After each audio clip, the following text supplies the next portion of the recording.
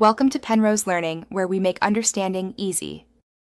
In this video, I will explain how to study a Bear Act effectively. First, familiarize yourself with the Act's overall structure and its primary objective. Start by reading the entire Bear Act from beginning to end, gaining a foundational understanding. As you read, pay close attention to the definitions section and any crucial introductory provisions. This initial pass helps you grasp the broad scope before diving into specifics. Now let's take a deeper dive. Read each section meticulously, scrutinizing every word and phrase for its precise meaning.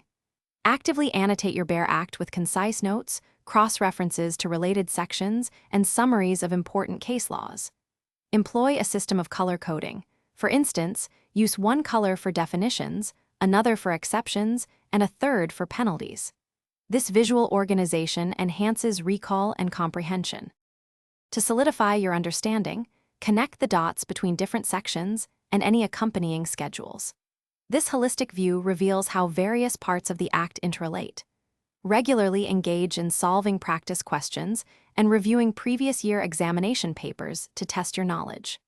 Furthermore, discussing challenging provisions with study partners or mentors can provide new perspectives and clarify ambiguities, reinforcing your learning.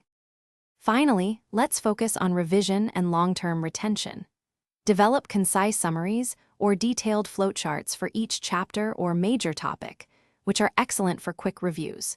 Make it a habit to regularly revisit key sections and your meticulously annotated notes. To truly master the material, practice applying the Bear Act provisions to various hypothetical scenarios, ensuring you can recall and interpret them accurately under pressure. Thanks for watching. If this was helpful, leave a like and consider subscribing. See you next time.